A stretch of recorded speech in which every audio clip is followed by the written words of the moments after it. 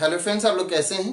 उम्मीद करते हैं आप लोग ठीक होंगे, आप लोग हेल्दी होंगे। फ्रेंड्स, आज एक क्वेश्चन है कि वाटर साइकिल जो होती है, तो वाटर साइकिल में वाटर के कौन कौन से स्टेट होते हैं? वाटर के 3 स्टेट होते हैं। हम जानते हैं कि लिक्विड, सॉलिड और गैस, ये 3 स्टेट में वाटर पाया जाता है।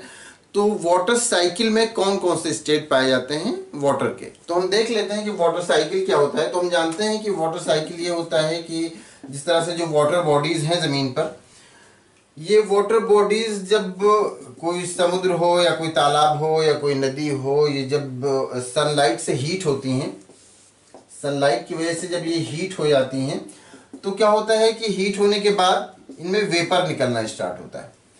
और वेपर निकल के ये ऊपर आता है और ऊपर क्लाउड बन जाता है। क्लाउड के फॉर्म में वह यहाँ पर ड्रॉपलेट के फॉर्म में स्टोर हो जाता है और जो कि हमें क्लाउड के फॉर्म में दिखता है। तो सबसे पहली बात तो ये कि अब और फिर ये क्या होता है कि ये ऊपर वेपर बन के गया, फिर यहाँ पर फिर ठंडा हुआ और क्लाउड के फॉर्म में फिर स्टोर हुआ, और फिर बाद में जब ये हैवी हो जाता है तो फिर ये क्या होता है, फिर बारिश होती है। तो इसी को वाटर साइकिल कहा जाता है। अब हम इसमें देख लेते हैं कि कौन कौन से स्टेट वाटर के आए। तो ये यहाँ पर जब वाटर आपने देखा तो ये तो लिक्विड हुआ, ये लिक्विड हुआ। तो एक स्टेट तो हो गया वाटर का लिक्विड, और दूसरा ये है कि यहां से वेपर बन के ऊपर गए। अब जब ये वेपर बन के ऊपर जा रहा है तो ये तो गैस हो गया, यहां वेपर बन गया तो ये क्या हो गया, गैस हो गया। तो ये 2 स्टेट तो हो गए।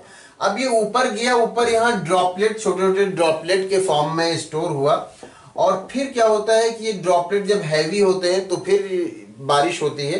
तो इस तरह से ये पूरा वाटर साइकिल पूरा हो जाता है। इस तरह से ये वाटर ऊपर गया और वाटर नीचे आया, इसी को वाटर साइकिल कहते हैं। इस तरह से ये इसी वाटर साइकिल पूरी हो गई।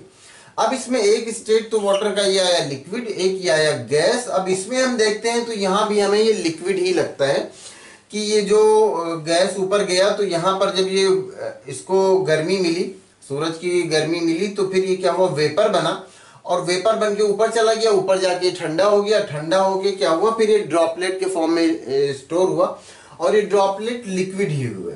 तो यहाँ पर भी हमें लिक्विड लगता है। लेकिन यहाँ पर कई बार ये होता है कि ये बहुत ठंडा हो करके फिर ये एक तरह से सॉलिड हो जाता है, जम जाता है। और ये जब सॉलिड हो जाता है, जम जाता है, उसके बाद कभी कभी बारिश होती है तो उसमें क्या होता है, उसमें स्नोफॉल होता है या हेल्स, स्नो। तो स्नो जो होता है वो तो सॉलिड हो गया ना। बर्फ जब गिरती है, कई बार बारिश में बर्फ गिरती है, तो जो बर्फ होता है वो क्या होता है, वो सॉलिड होता है।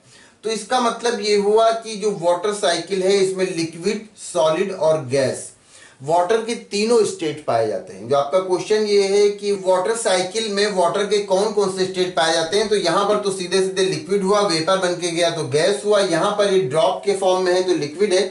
लेकिन कई बार ये होता है कि क्या होता है, यहाँ पर सॉलिड बन जाता है, यहाँ पर जम जाता है, फिर उसके बाद क्या होता है, ये जो ड्रॉपलेट्स होते हैं ये सॉलिड हो जाते हैं, और फिर क्या होता है, जब ये हैवी होते हैं तो फिर बारिश होती है, तो जब बर्फ गिरता है, स्नो, हेल्स, तो वो क्या होता है, वो सॉलिड फॉर्म में होता है। तो इस तरह से जो वाटर के 3 स्टेट होते हैं, लिक्विड, सॉलिड, गैस, तो ये तीनों ही स्टेट वाटर साइकिल में पाए जाते हैं। जो आपका क्वेश्चन है कि कौन कौन से स्टेट पाए जाते हैं, तो लिक्विड, सॉलिड और गैस, ये तीनों ही स्टेट पाए जाते हैं वाटर साइकिल में। हालांकि देखने से ये सॉलिड वाला ऐसा नहीं लगता है, लगता है कि यहाँ पर लिक्विड ही है, लेकिन सॉलिड के फॉर्म में भी होता है। जो स्नो गिरता है वो सॉलिड के फॉर्म में होता है। तो इस तरह से आपके क्वेश्चन का आंसर यही हुआ कि वाटर साइकिल में वाटर के तीनों स्टेट पाए जाते हैं, लिक्विड, सॉलिड और गैस। तो उम्मीद करते हैं आपको आपके क्वेश्चन का आंसर मिल गया होगा। अगर इसमें कोई कंफ्यूजन है या किसी तरह का कोई और क्वेश्चन है तो आप पूछ सकते हैं। Thank you.